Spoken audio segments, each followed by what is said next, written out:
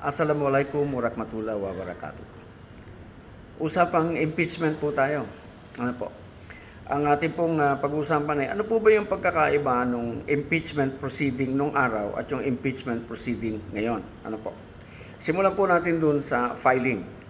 Doon po sa sinasabi po ng saligang batas, yung verified impeachment complaint ay ipa-file sa opisina ng Secretary General. Ano po? Hindi kay Secretary General. So yun po yung unang-unang nangyari na nagkaroon ng pagkakamali doon sa hindi tinanggap yung second and third impeachment complaint na hinilalatag noong January 22. Ano po? Kasi wala nga daw po yung head of office. So in so doing, dahil ayaw nilang tanggapin na violate nila yung Code of Conduct and Ethical Standards at yung Anti-Red Tape Act. Dahil ang minamandato po nun ay kailangang walang interruption, ma-ensure yung continuous business transaction ng bawat opisina ng gobyerno. Doon po, may violation po sila doon. Ano po? Ngayon, ano po ba yung pagkakaiba dun sa mga ifa-file? Yung una po, ang sabi, 4 pages.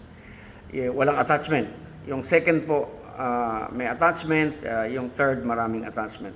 Hindi po paramihan ng attachment, pero depende po sa dami ng allegation mo na kailangan mo suportahan. Bawat allegation po, kailangan meron kang ebidensya. So ano po ang pagkakaiba nito ngayon kumpara sa nung araw? Nung araw po pwede yung 4 page.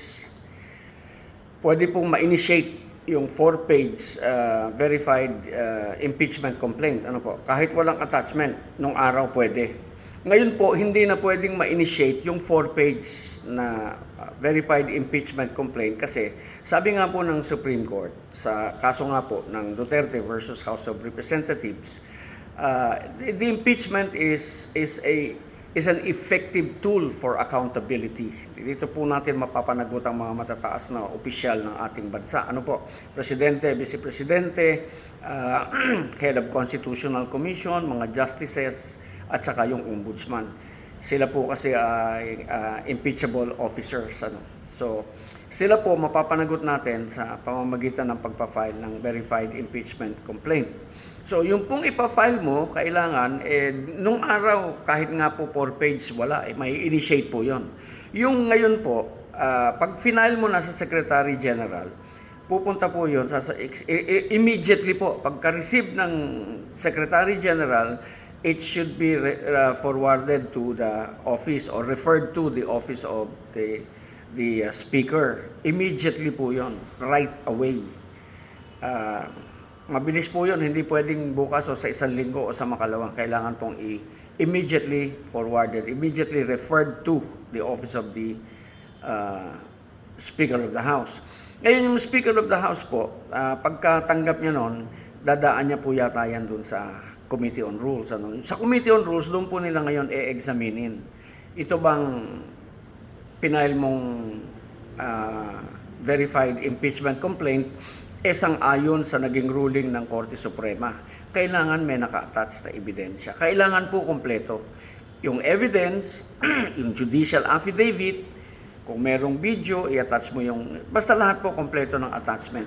Yun lang po ang titignan doon. Pagka po complying doon sa ito tunay na reklamo at pwedeng maging basihan ng paglilitis, po-forward po yan sa, makakalendar po yan sa order of business within 10 calendar days, within 10 session days. So, doon po pag-uusapan nila. Pero this time, ang pagkakaiba rin po nung araw at saka ngayon, nung araw, walang kopya ang bawat miyembro ng House of Representatives. Ngayon po, pagka-repair sa order of business at pag-uusapan sa plenaryo, kailangan po lahat ng member ng Congress may kopya. Kompleto po para mapag-aralan, mapag-usapan, ito ba ay pwedeng ituloy o ito ba ay hindi pwedeng ituloy. Ito ba ay pwedeng i-refer to the Committee on Justice o hindi pwedeng i-refer sa Committee on Justice dahil kulang. Hindi po pagmumulan ng mabisang proseso para ma-impeach yung ipinagsasakdal. Ano po? Kasi nung araw po nang nangyayari, nagagamit yung yung hindi magandang impeachment complaint para i-defeat yung tunay na reklamo. Hindi na nga po pwedeng gamitin ngayon itong impeachment process na as a political persecution, at hindi po pwede na kung kayo marami sa Kongreso ma-defeat ninyo, matatalo ninyo yung karapatan ng taong bayan na maglahad ng reklamo tungkol sa mga kasalanan, mga naging kasalanan ng mga matataas na opisyal ng ating bansa. Ano po? So, ito ba pwede? May attachment ba? Then therefore, it will be referred to the Committee on Justice. Bakit po mahalaga ito? Bakit po ito importante? Importante po ito sapagkat ang sinasabi ng ating saligang batas, you can only one impeachment complaint may be initiated within a period of 12 months. Okay. E di may 1 year bar. Pag yung pong unang verified complaint na 4 pages in-initiate ninyo at inuna ninyo, hindi po yun magiging basihan ng totohanan na makatwiran na pagproseso ng kung yung bang Pangulo natin. For example, we're talking about the impeachment of President Bongbong Marcos. Hindi pwede pong maging basihan ng totohanang paglilitis dahil kulang po, walang attachment. Hindi po siya sumasang-ayon sa ruling ng Supreme Court. Kailangan yung may basihan, yung may. So ano po ba yung ibig sabihin ng initiation? Ang initiation po, sabi ng Korte Suprema, is the act of filing. Act of filing, yung ginawa namin. Act of filing followed by an action. Alright? And the action referred to is the referral to the Committee on Justice. There you are. So, pagka kami nag-file, pagkatapos ni-refer nila sa Committee on Justice, that's it. Yun na yun. And that defeats all others. Kaya yun po yung sinasabi namin noon na dapat, kung magre-refer sila, kung magka-calendar sila, yung tatlo, pag sabay-sabayin nilang i-refer sa i-calendar, sa order of business, at pagkatapos ay kung alin doon yung complying dahil may mga attachments, kompleto ang allegation, walang problema, i-refer nila ngayon sa Committee on Justice. Then there you are. Initiated na po yung una na impeachment complaint. Doon po sa Committee on Justice, doon pag-uusapan kung complying in form, complying in substance.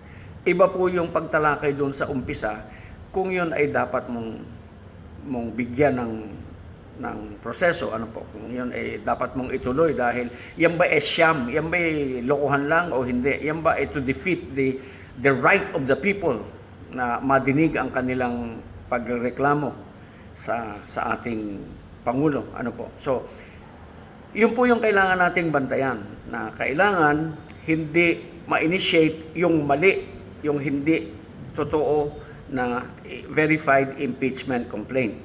Yung pong nauna, maliwanag na maliwanag, alam po ng taong bayan, nung i-final po yun, wala pong attachment yun. And it cannot be the basis of an impeachment, of a valid impeachment ruling dahil hindi nga po mapapatunayan ang mga aligasyon doon dahil walang naka-attach na evidence. Ito po yung dati ng pamamaraan na nilinaw ng Korte Suprema, totohanin ninyo ang impeachment process because it is an effective tool for accountability. Hindi po ninyo yan pwedeng gamitin na lolokohin ninyo ang taong bayan. Taong bayan po ang lolokohin ninyo if you do not follow the proper procedure. Yung procedure po, saklaw ng Korte Suprema. Yung cases, inyo po yan. Yun lamang po. Sana po nakapagbigay dagdag kaalaman ako sa inyo. Maraming salamat po.